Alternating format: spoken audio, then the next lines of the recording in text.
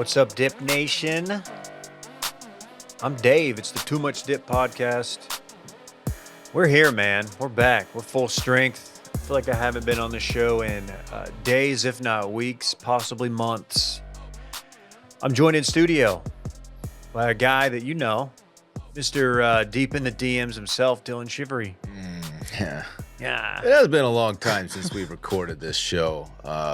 Hadn't had a chance to talk about the Texas loss in the playoff, which at this point feels like it was weeks ago. Just 8 days ago, though. Was it? Yeah, 8 days ago. No, 7 days ago. It was on the 1st. Anyway. Much to discuss, Davey. You'll have your chance here on this podcast. I know. It feels like I'm already on to 2024 in my mind. That's how long ago it's been. Anyway.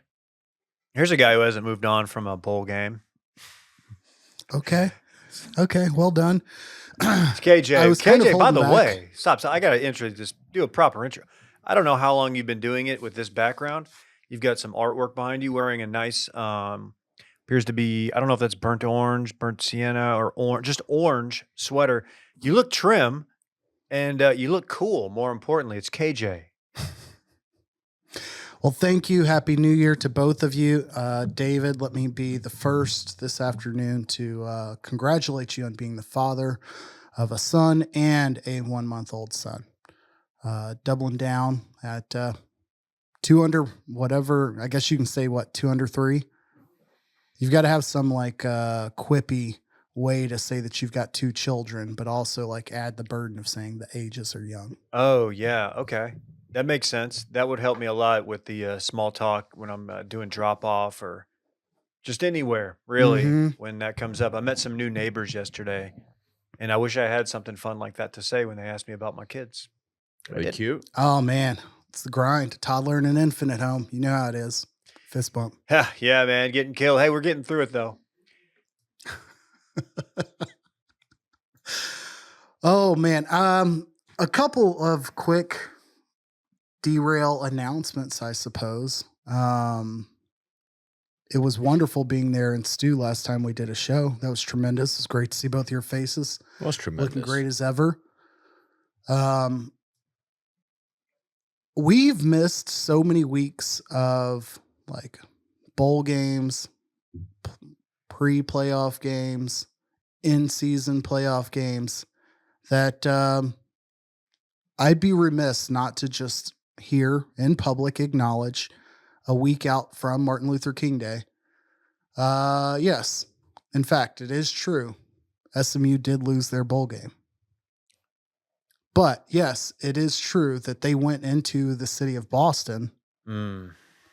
Historic, in fact, for quite a few things, including where they filmed the hit movie, The Town. And they got embarrassed. But wasn't that bad. We're going to keep moving forward. No reason to blame. Not a backup quarterback. Not systematic racism in the city of Boston over 200 plus years. There it is. Why are we doing Fenway Park? I don't know. It looked dope in the photos. Yeah, it was. The players don't really, they're not down. What do you mean? They're playing football in a baseball outfield. Yeah. That's kind of what I'm talking about. It doesn't. Everything the NFL tried to get away from for years. It's cool to some people, but I don't think it's cool to the players. You don't think a 19-year-old 3-star is familiar with some of the greats, the Wade Boggs, Nilmai, David Ortiz, others, Tim Wakefield? We could name baseball There are players. a lot of them, yeah. No, I don't think they get too fired up about that. And the Mookie seating, Betts. not great. How many people go to those games? You can't think too many. It didn't look like either program traveled well, which is weird because one of them was fairly local, if I remember correctly. No, that was fun. That's enough of the Fenway Bowl. Hey, we got a Wild Hard for Wild Card stream coming up Thursday. Where are you at on the stiff meter? Ooh, I am. What? I am 3.5 out of 5 stiff cocktails. Oh yes, An old fashioned or a whiskey sour maybe. KJ, what kind of What kind of hole you got going in your mattress right now for this stream coming up and this wild card weekend?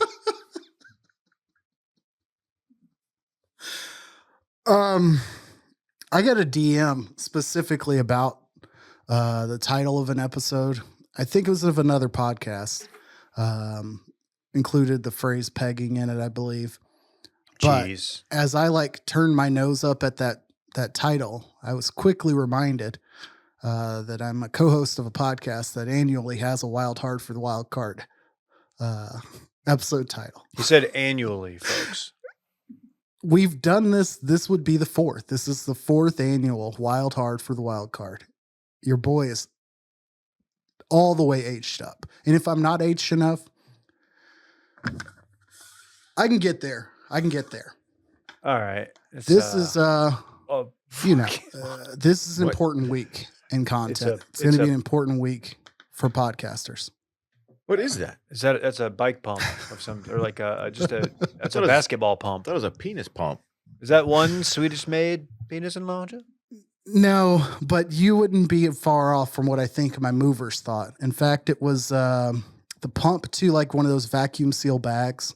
You throw a bunch of clothes in like a big Ziploc bag, and you take the air out using the pump. Like it's a reverse pump, if you will.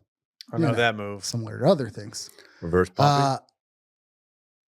And I didn't know where the thing was for a while, so I would just put the clothes in the bag, press down on the bag, get air out enough, tie it off, whatever. I was still doing that method, but I had the pump, and I had movers walk into a room where I was like hastily trying to get clothes together. By the way, I moved, going to town on this pump, and all you can hear is just and see my arm flailing over the back. So I've just kept this thing with me just in case people need to know what I'm about. Not scared. You don't ever vac seal anything, Dylan? Let's see. I never have. You're missing out. Missing out. It's a great way Vac to seal that meat. I've told you this for years. It's the way to do it if you want to keep that meat good. Anyway. Well, cool. Yeah, Thursday evening, 6:30 Central on our YouTube. We're going to have a very famous guest that you will all know and be familiar with, potentially. We're working on some things. Working on some big names. I'm excited. What time are we doing this? This is Thursday, correct? It's 6:30. Same time we did. We haven't done one in like 3 weeks. Yeah, it's been a minute. Last one y'all did was at like y'all did one at like 2:30 when I was on paternity leave, or maybe I was at the hospital. I can't remember. I looked up and it was like 3 o'clock, and y'all were just lying. I was like, what? All right. Oh yeah, that was the night of the Christmas dinner.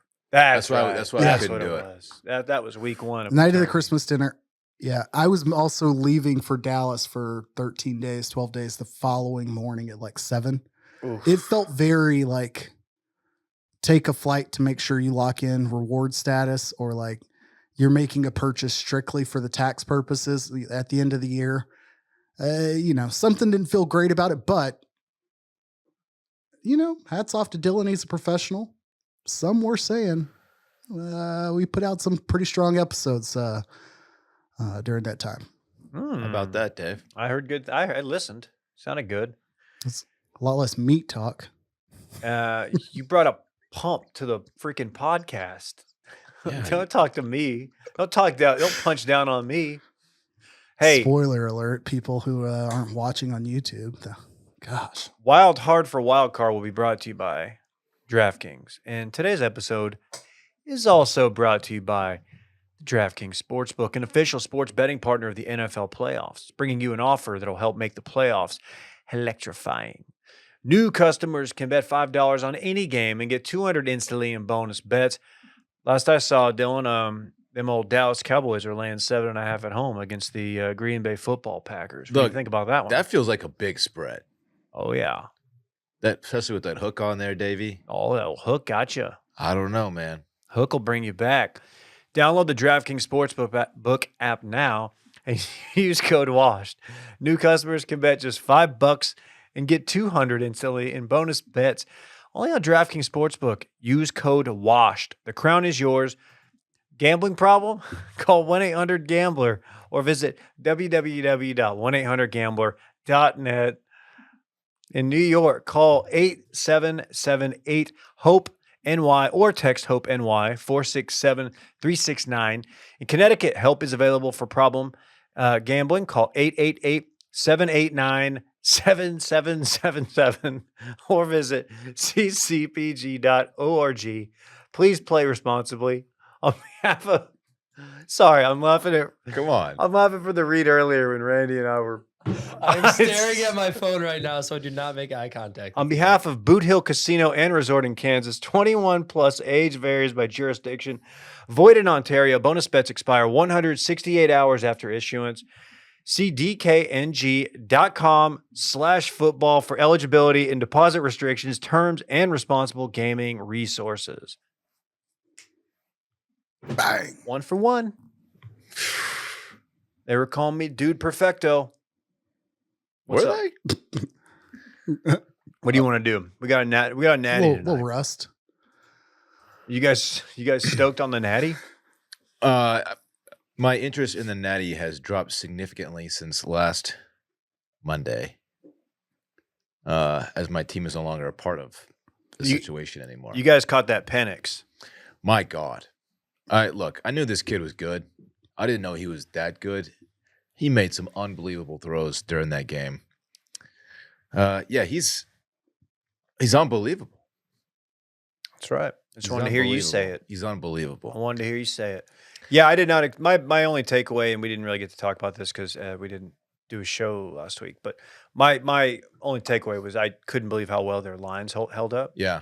And I didn't expect that. And any pressure he saw, he just casually kind of moved away.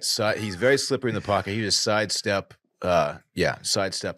The least panicked person I've seen in the pocket in college football in a long time. So he made several throws, like, down the field, 40, 50 yards down the field that were just absolutely dropped in a bucket. I wasn't even the throw I think I was most impressed by was he threw that absolute laser. He split two safeties for a touchdown pass that was a throw that very few people in the world can make. He was just an absolute rope. Mm. He hit one up the sideline to like a tight end, or I don't know. I think it was their tight end who was getting banged up all game long, but kept cutting it out.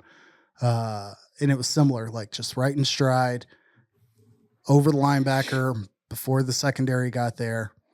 And again, the catch being made by, I don't want to call him lumbering tight end. I don't want to insult the guy, but it wasn't like this was a swing back or something that he was going to make a cut. It was like you put it right where somebody had to catch it, and it was not an easy catch to make, like, backside in stride. And he did all that in a do-rag. Yeah. I think once I realized he was playing that game in a do-rag, I was like, oh, DraftKings, y'all should have let me know. This was in fact in play. Lumbering tight end. You can just say white guy. Several of their guys had hoodies on. They were like hanging out like outside of their shoulder pads. I didn't like dangerous, that. But good look. Didn't quite understand the point of that. Yeah, man, Penix. I don't know how to say Penix it. is a little bit. That game was weird. It felt like Texas got outplayed significantly the whole game, yet the score never got like way out of hand. And then a couple of things got Washington, like there was one series they ran some trick plays to like try to just bury Texas. Didn't go well, and it gave Texas the ball back. They didn't kill any time. It was, I don't know, they like refused to like put the foot down on their throats. DeBoer has a little bit of McCarthy in him. Mike McCarthy in that just Not Kevin. Okay.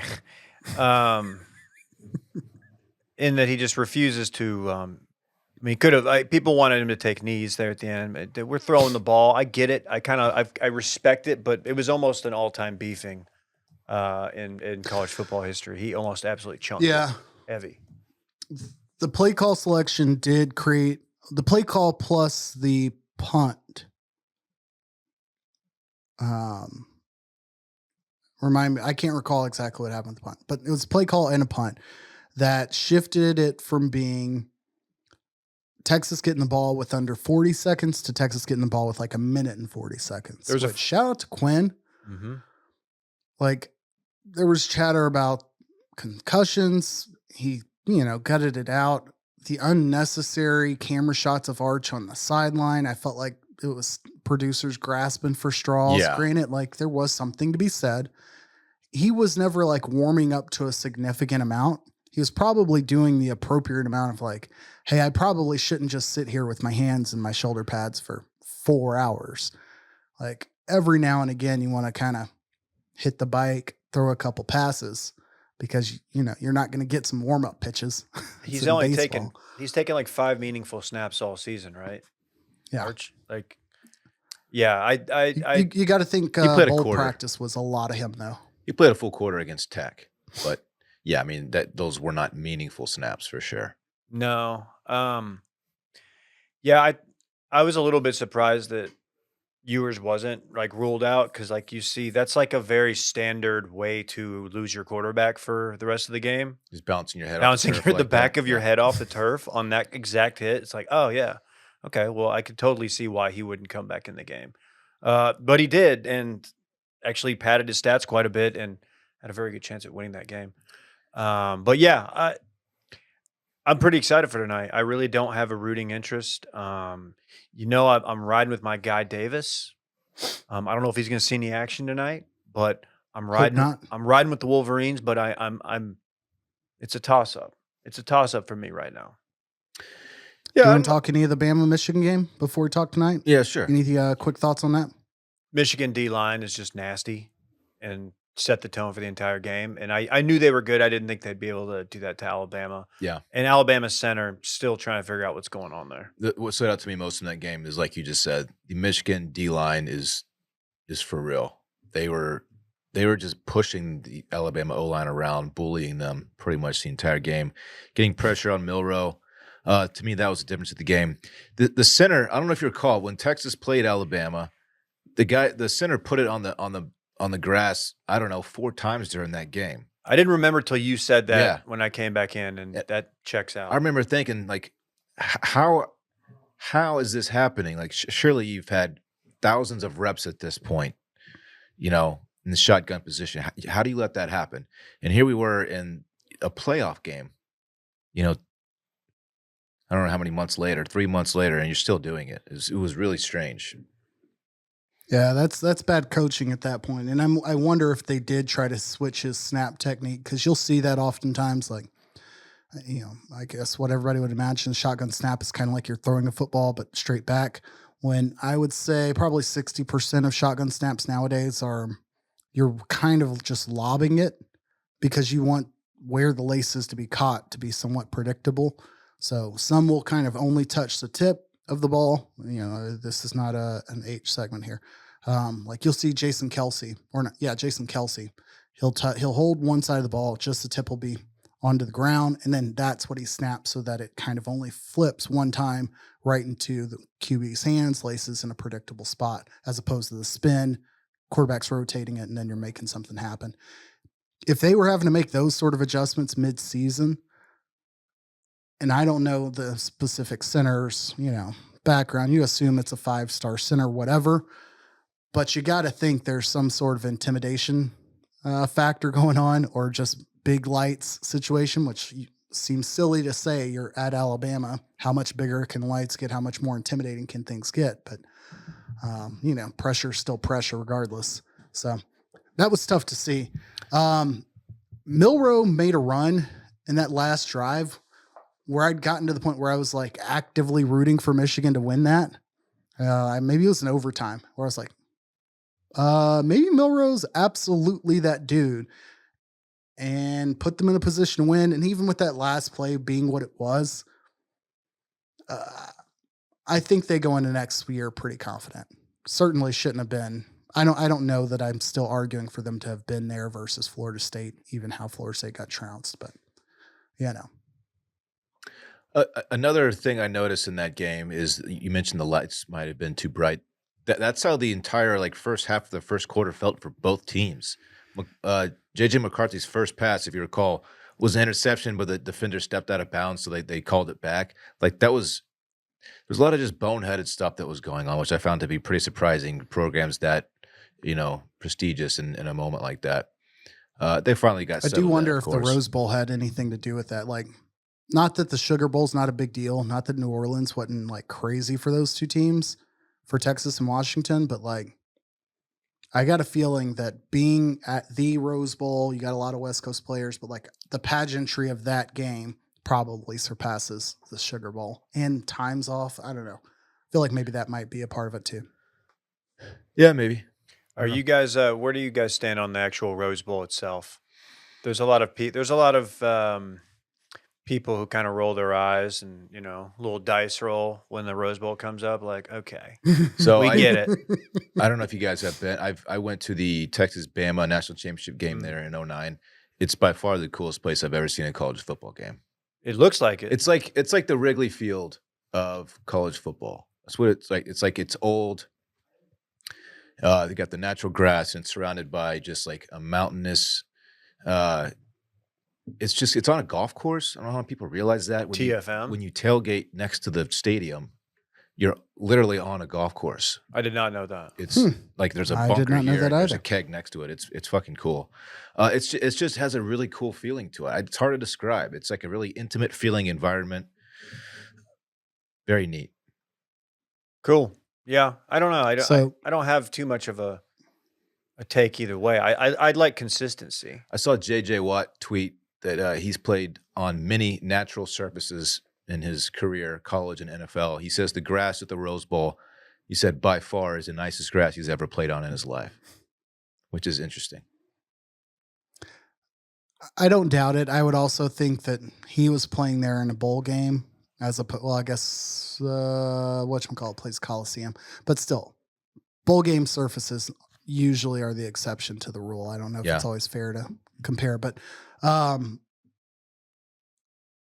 tonight real quick, David, sounds like you're leaning Michigan. If you were to pick a winner, you'd be happier to see Michigan win. Yeah. Yeah, just because we've got the connection, like we know the entire team's listening to this show and just big fans of the company in general.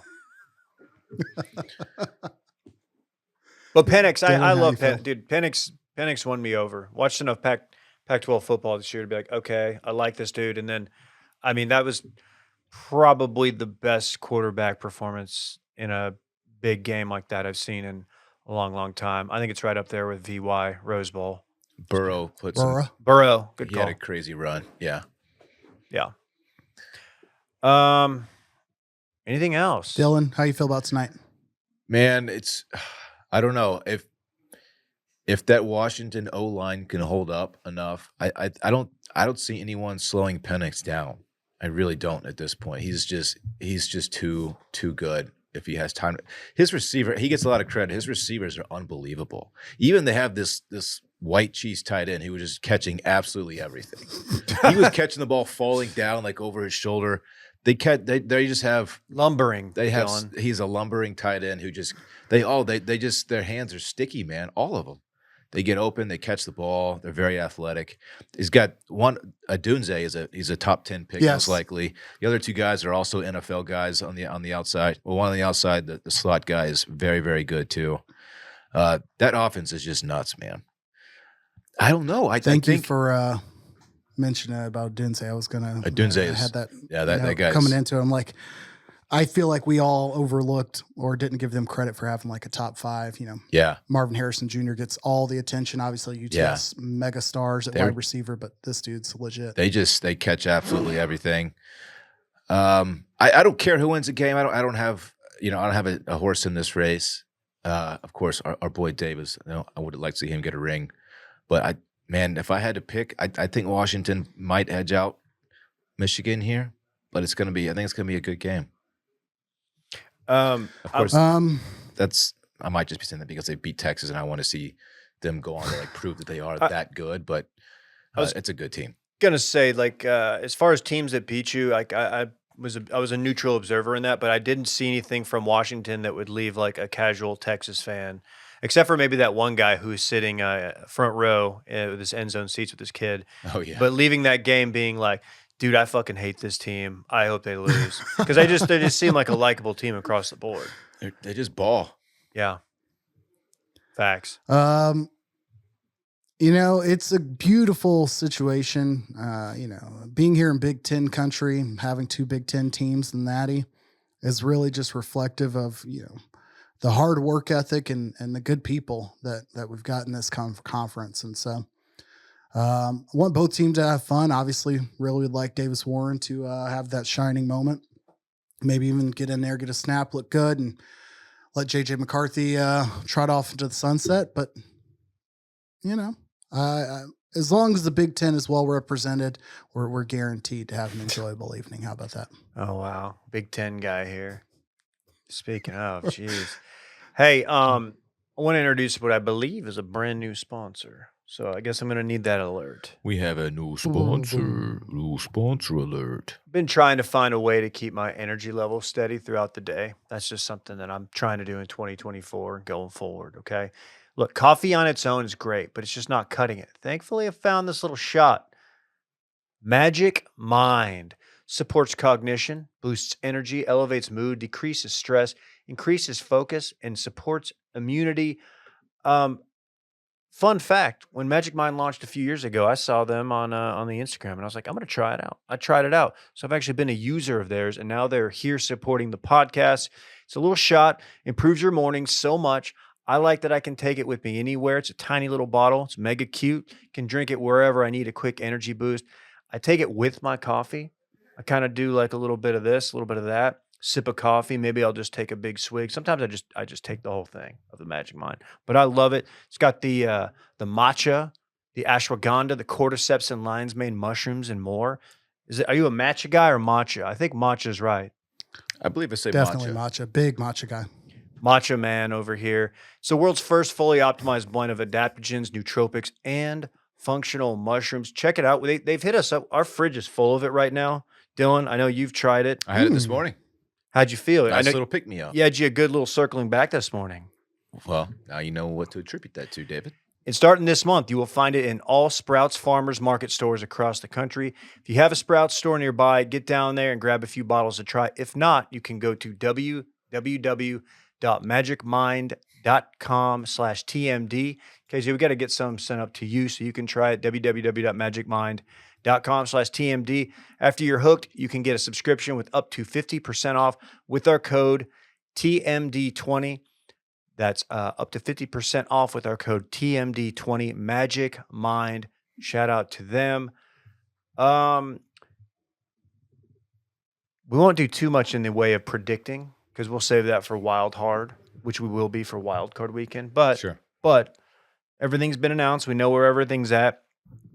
We've got a big weekend. We've got coaches getting fired. Rivera's out, which we knew. But Arthur's out. Let's start there. Let's start Falcons Saints. Can you run down what happened there? We're in the Saints, they're in victory formation, and they're like, we're gonna hang another one up there. Basically, the Saints Falcons were playing for the winner of that. If Tampa was to lose, the winner of that game would have a shot at the NFC South title. So it was a meaningful game. Bijan Robinson finally got a chance to get the ball as they've been screwing that up all year. I think he had himself like an 80-yard reception for a TD at some point. Mm-hmm. But otherwise, Derek Carr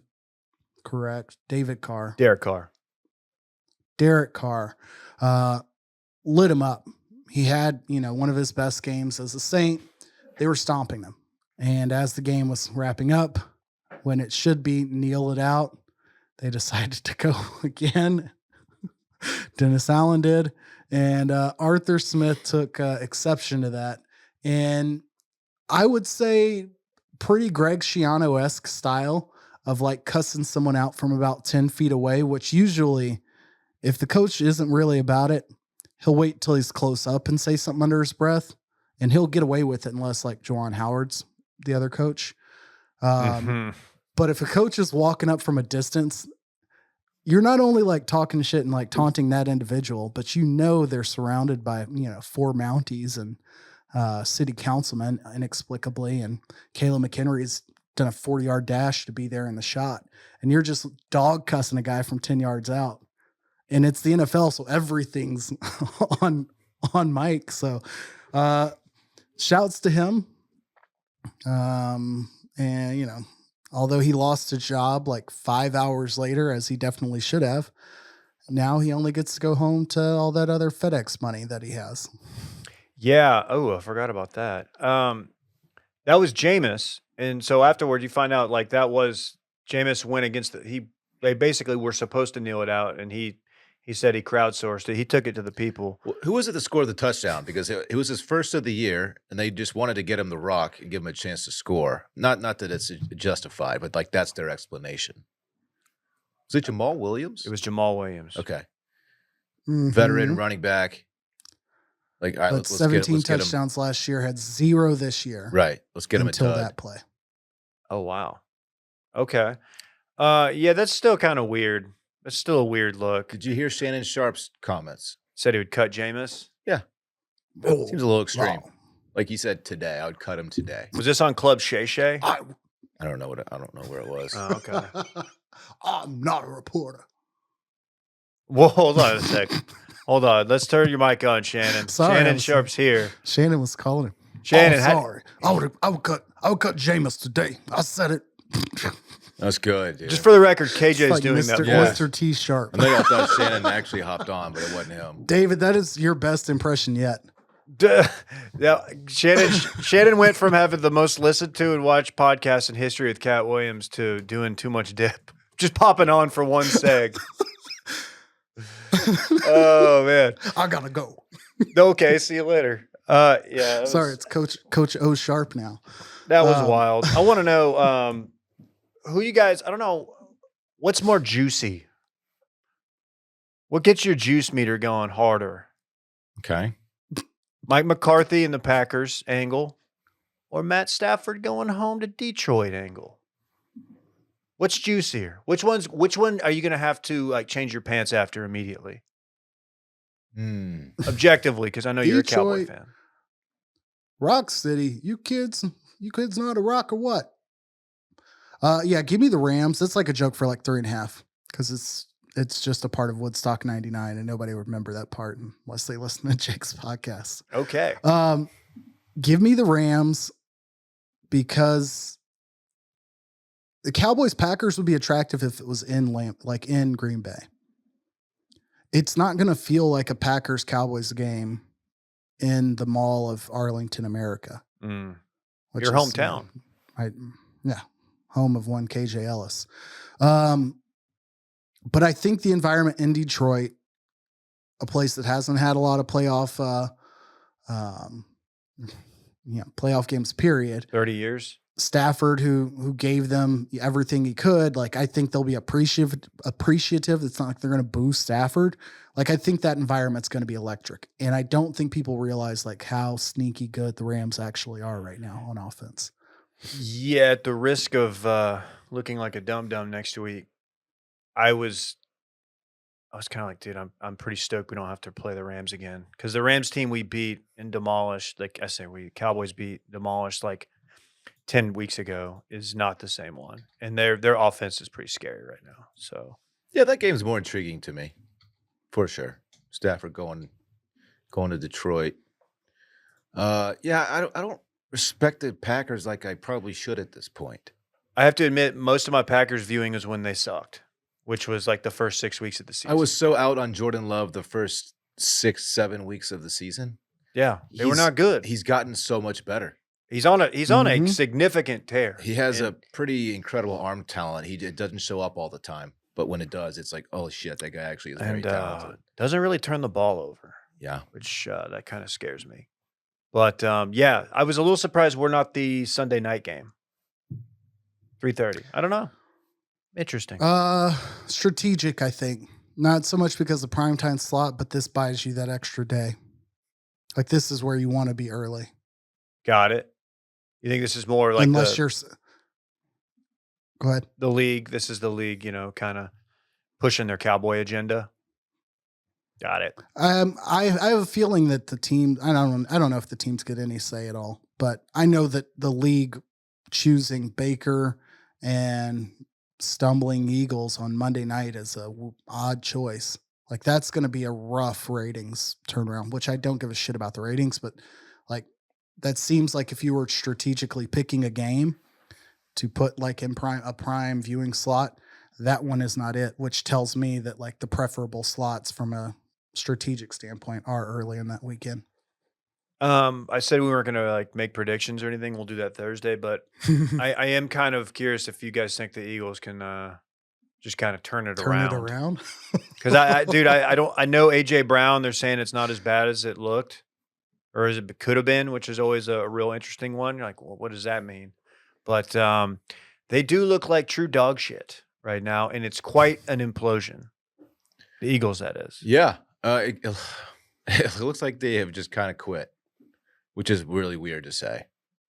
Their coach is such like a motivator and leader of men. I'm shocked. He's a scumbag. That guy sucks. He is a scumbag, man. Is that based purely on like sideline observation? Because I don't disagree, but I'm like wondering where it's coming from for me. And I think it's just like, I just don't like the guy's face. I've seen him like, it's going to sound stupid. I've seen him cuss.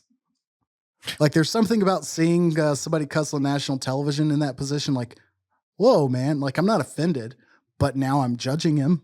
Like I just celebrated for Arthur Smith a moment ago, but I guess from 50 yards away on the other side of the field, it kind of gives a different vibe. I don't know. I don't think they will. And I can go on record and fully be wrong saying like, oh, if you think the Eagles are done for after this loss to the Cowboys, like you're crazy. And they have not won since, really.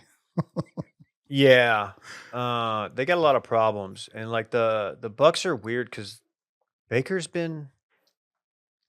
had a good season, not great. He's still got Mike Evans, and the Eagles secondary kind of sucks. So I don't know, man. That's one that like, okay, yeah, I don't really want to watch that on Monday Night Football, but I'm gonna. We do a sports pod, so we better watch it. I don't know how much of that Bills game you watched last night. They are like it's overplayed. It's a major trope on Twitter, but that they are like the most wild ride you could ever want with a team like that. Josh Allen fucking throwing touchdown passes off dudes' helmets. That like the most inexplicable bounces you've ever seen. Bad fumbles, bad interceptions, and then just like driving a team down the field and doing stuff that only he can do.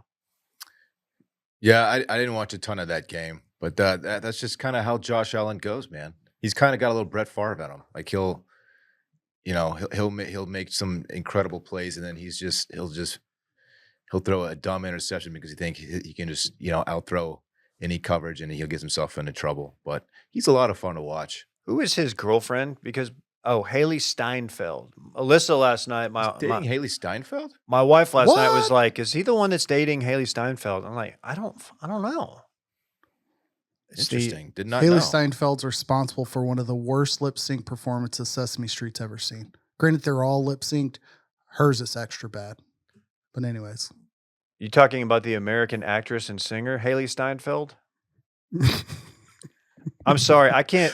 From True Grit. True Grit. Oh yeah, I can't say her name without thinking of this is a Jerry Seinfeld. Well, yes, but Ron Washington. Ron Washington was when he was still the manager of the Rangers. Was doing an interview. They were like asking, "Hey Skip, what'd you do last night? Before the game or after the game?" He said, "I was watching Steinfeld last night." Called it Stein. I think about it every time. It cracks me up. I didn't want to undercut you, but I wanted to validate that you weren't alone on that boat. Okay, good. He was watching Steinfeld. I don't know. I don't know if you guys have any other NFL notes. Yeah, I've got to own one. Oh, I have a question. The playoffs are here, right? And you guys talking about that running back that got his first touchdown. KJ, where are we at now? The Patriots are done with their season. On that, how many touchdowns did Ezekiel Elliott get this year? I will own that because I need to check his total touchdown count, which I believe is less than 10.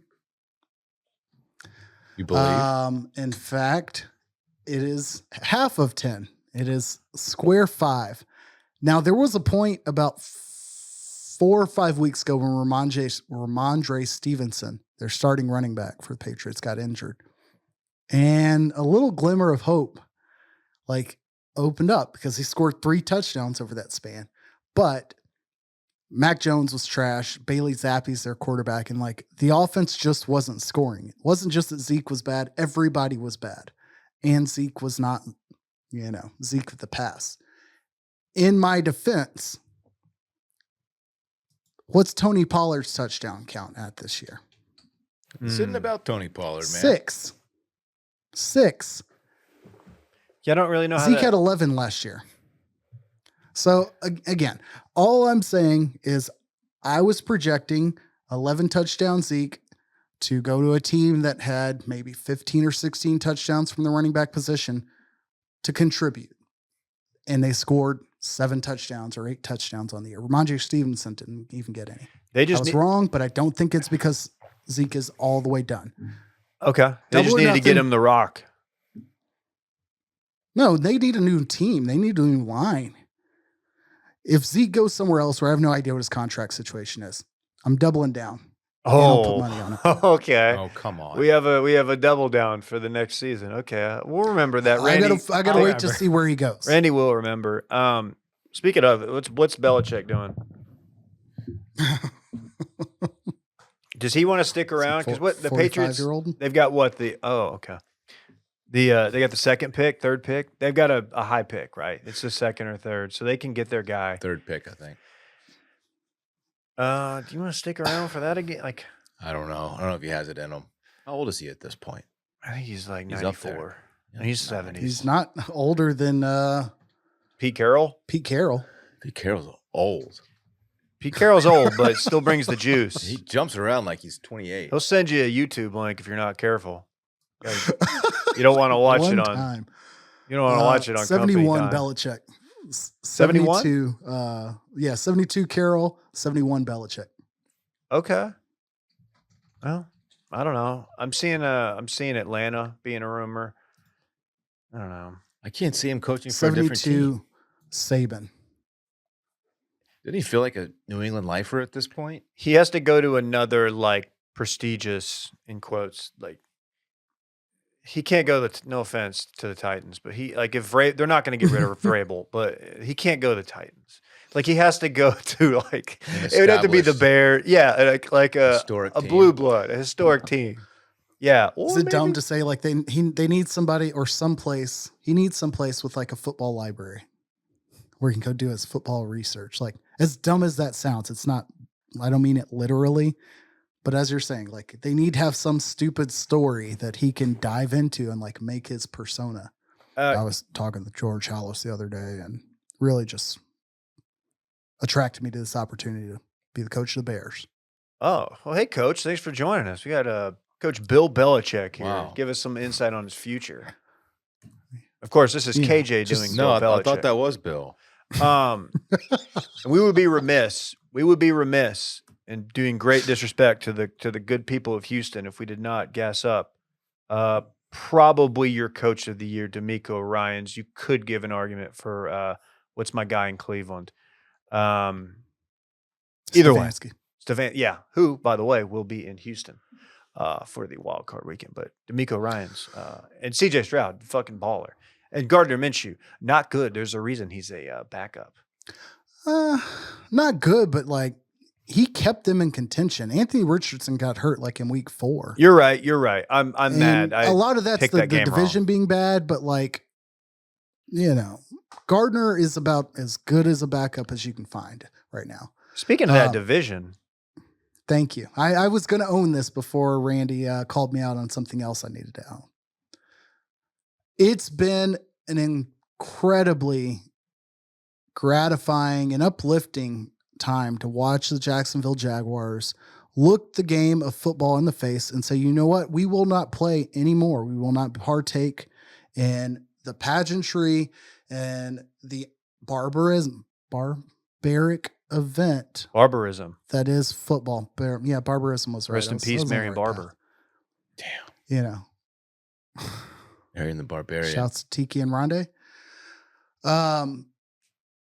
Yeah, they've just laid down. They're taking a path less traveled, saying we just don't want to fucking play football. Trevor Lawrence is a solid quarterback. Him and Justin Herbert both need to go on an ayahuasca trip and figure out what the fuck's going on. Oh man. When you've got all of the tools, all of the investment, and you both are just disappointing as hell. Trevor puts off the vibes. If he were to do an ayahuasca trip, he would not play football again. He has the vibe of a guy who would just have his wiring so redone that it would be like, actually, I am going to move to Vancouver and do some fucking shit. Like, he does not, he's already got the long hair. He's very religious. Shout out to him. I feel like he would be touched by, I don't know anything about Herbert, but personally, I think Trevor Lawrence would be, I was wrong about them. I thought I had the Jags going to like the AFC championship. I don't know what to make of that team. KJ, you obviously followed them way more closely than we did, but good God. Trevor Lawrence has played the last 3 or 4 weeks with an injured shoulder.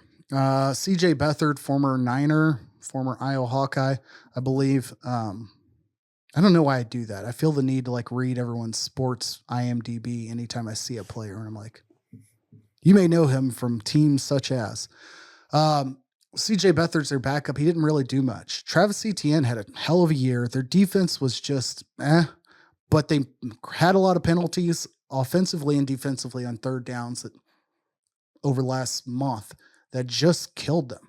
They got embarrassed by the Niners, but a lot of people do. But they just couldn't close out big games and stop giving up big plays. So they didn't deserve to win, but I'd much rather, as dumb as it sounds, I'd rather them have lost now for whatever it means draft capital-wise than wait a week and get, dominated by the Chiefs or something. Like, I just don't need that. Maybe we can do it this time. Heartache right now. So, yeah, I saw a tweet about them having one 10-win season in the last 17 years and happened to be a guy that y'all had a throwing contest with. Mm-hmm. Who won that? Bortles. The NFL quarterback? Kind of a technicality, he won. Yeah. But they've also been to an AFC title game, and they've won playoff games in recent years. So, I'm not distraught. I think Dougie P comes back for next year. We're in a lot better off position than the Chargers. So we'll be back, Duval. Last thing, what are the Bears going to do? They're going to draft a quarterback. Okay. They're getting Caleb Williams. I've been talking myself out of Caleb Williams. No, he's okay. Ever since the cry? I think he might be a little bit. I think he's slightly a head case, but he's just so talented. Don't let big sports work on you like this. You're calling him this because of the cries or the writing on his fingers? The writing. Okay, it's not that he paints his nails that bothers me. It's that he writes like "fuck Utah," "fuck UCLA" every game. It's like It's a weird It's a weird trait. I'm sorry. It's weird to do that. I don't care if you paint your nails, but fucking weird, man. Sounds like a man who's never taped up the back flap and tucked your jersey over it with some piss poor Sharpie like message. Yeah, so, that's true. I've never done high that. School crowds. I've never done that. Big brother night, probably to tape up the back flap. I had to tape something else. Yeah, it was a tough one. Not a good night for some of us. Baseball players wouldn't write anything on I don't know what would you call it, like bat grip or whatever. No, we. I feel like baseball players are. I don't know. No, fair enough. My coach did. He did set a bird on. The bird had died, but he set a dead bird on fire on their pitching mound one time. He like sacrificed it because we played a really bad game, and the next day we went to practice and there's a bird stuck in our fence, so he burned it on the pitching mound. God, it was this like what he thought was like a voodoo ritual? Yeah, something like that. Like a major league situation. He was trying to be funny. Okay, we were like, "Hey, what is Coach doing?" He went and got like the gas tank out from the shed where he had to mow like the grass and all that, and pours it on this bird and just sets it on fire. A Viking funeral. There are so many steps between the outfield fence, the pitching mound, the gas tank. Like if I'm in court, this guy's getting just dog walked for all the premeditation before this sage burning that he should have opted for. It was interesting. Why do baseball players baseball guys are but weird. No, what the judge back flaps. So wait, and he didn't like. Are we sure he didn't kill the bird? Yeah. He didn't kill the bird. The bird it flew into the fence, got stuck, and died. Like a chain link, like a typical chain link fence. Oh, that's So he was sad. just kind of hanging there. Man, there was also Dave a time. predicts false flag. He planted it. There's also a time that we had a baseball. I may have told this story before. A deer comes sprinting out of the woods and runs headfirst. There's a soccer goal that was just sitting there like beyond our outfield, like, and it sprinted right into the soccer goal, snapped its neck. His neck was hanging off, just hanging like that, and it ran back into the woods with a snapped neck. The head was just hanging like that. It was fucking. We were like, "What the hell just happened?" What do you remember? What month this was? This during the rut? I have no idea. Were they acting up? It was so horny, just ran into a goal. I have no idea. Okay, there's a good chance that deer's no longer alive. Right. I think they probably had some minutes left. Oh, that's tough. It was tough scene, man. I guess I'll share one, not animal related, but senior year we had like a win or go home. It was like a play. You win this game, you go to the playoffs against like Grand Prairie, the Gophers, actually, home of Selena Gomez. And the team had been underperforming after being predicted to run away with the district. Lost our quarterback like week 3, and to get the guys motivated. We didn't know this, but the kids show up to the field house for like morning workout, lift weights or something. And there's like all this graffiti vandalism on the field house. And it's like really shitty and like not something that kids would say. It's like, Duncanville stinks. Like, you guys suck. Like stuff like they would have done a lot worse. Yeah. They would have done some stuff that probably it probably goes on your record and doesn't look good. Anyway, and come to find out, it was the coaches who did that. It was a false flag. We found that out like months later. And we kind of thought so. There was like way too few penises drawn on the field house. We're like, kids. They kept it clean. The teens would have done more dicks, is what we're saying. And not. It wasn't signed by anybody that RG3 would do an Instagram live with. Did anybody watch that? We should have watched that for content. No. We should not have. He is so just lame. He's just the biggest personality in media right now. RG3. All right. Well, let's party real quick. Yes. Cat and Nike, no more. Tiger and Nike going their separate ways. We'll do some music. Yeah. A little audio bed for the boys. That makes me sad. We were talking about it earlier. Looking at Grayers, maybe. Is that the thought, Dylan? That's where JT is. That's where his son is. Weird to say. That's probably the betting favorite at this point. I don't really care at this point. Here's a name to throw out there for the Tiger sweepstakes. Yaga. Ooh. Y-A-G-A. I could get behind that. Look for Yaga or maybe a Stussy play. What about Big Johnson? I don't know if Big Johnson's. I don't know. Although there was a leak. Anyway. Yes, it would have. Yeah, it would apply. It would apply. Hey, speaking of the portal, friend of the show, potentially down the road, Jaquindon Jackson from Utah. Woo Pig Suey, he is now. They got Texas Arkansas on the schedule. Do they? Next year. I like that. Yes, they do. Not a good team, but we'll see if he can turn it around. Well, they got Jaquindon. Shout out Jaquindon. Also, another Duncanville portal move. Kendrick Blackshear. Who's he? I've heard it. You might remember him. Do you remember 2 or 3 years ago, the senior that the photos were going around that he just looked like a 38-year-old man with kids? He's just and he's like Kendrick. He's a linebacker from Duncanville, 4-star. Look him up. Look up a Google image. I probably should have provided one. I've got it. I will. Let me slack it to Randy. We'll come back to the image, but go ahead. Well, he is now in the portal after 2 or 3 years to Alabama. Limited playing time. He is in the portal. A lot of Duncanville guys know those years in the portal. I don't know if that says something about that Duncanville team or. Here we go. I get to see what's going on in Randy's hard drive here. What else? Oh, that's it. We're gonna get a photo. Yeah. Oh, well. We're failing the listeners here. Do you have a smaller Nickname Thanos. 4-star linebacker Kendrick Blackshear. Jeez. That was in high school? Yeah, another Duncanville transfer was their offensive lineman, whose name is escaping me, who transferred from Oklahoma to Simeon. portal transfer season. Yell at Cloud real quick. Love it. We've got to fix the timing. As much as the bowls have always been a little bit diluted, maybe it was Bowl Pick'em that kept my interest, but it's hard enough wanting to watch Youngstown State and Dayton play. I'd rather at least know like the team that I saw in Action week 2 is going to be there playing in this bowl game. Otherwise, what are we doing here? I think the portal windows, everything's going to get. I mean, it's still new.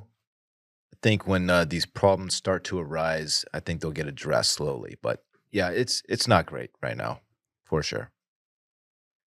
Well said. Yep. I co-sign all that. Let's run it back. Let's run it back. Of course, the segment during which we talk about what we already talked about. KJ has a bike pump, might be a vac seal pump, might be a penis pump. We're not sure, but he did bring it to record. It's his Penix pump. Penix pump. That's his way of saying he's pulling for the Huskies. Lumbering tight end, a.k.a. White. Yeah. That was, in fact, KJ on the mic, not Shannon Sharp. That was, in fact, KJ on the mic, not Bill Belichick. He does incredible impersonations. KJ's really pushing the envelope today. Glaring lack of dicks on the Duncanville Athletic Facility. And finally, we snuck Jaquinded in during the 53rd minute. It's a look. You're right. It's an SEC tie-in. Sure. They play Texas next They year. do play Texas. Duncanville's son. Thursday night, Wild Hard for the wild card. Live stream, youtube.com/toomuchdip. Get there, get in the comments, maybe come up with some recommendations for what I should do on this wall behind me, as it will not be the Epcot wall or the inside of a golf ball any longer. Going to go with a different motif. Maybe I'll shiplap it. Maybe I'll make it look like I'm in the stew itself. But, open to suggestions Thursday night. Is that one of those paintings that you have to stare at, like the Massimo Sight for Sore Eyes t-shirt, and you see something in it? No, it's even more hipster than that. It's the album cover from Father John Misty's single or album, whatever. Oh, you're but cool. It's a print of that cover because I like the painting. KJ's cool. We said that earlier, but we got to say it again. This guy is cool. He's a cool guy. I literally grabbed a nail and like hung up the first thing I could get up. Otherwise, it was very like cast couchish in here. And I was like, somebody's going to be like, what's going on? This was my delay between being here, like right at time, minus 5 minutes late. But anyhow, welcome back. Welcome back. We'll see you on Thursday, 6:30 Central. Bye. Subscribe to our YouTube. Bye. I want my chips with the dip. That's all I know. I don't want my chips plain. I want my chips with the dip. So bring them dips.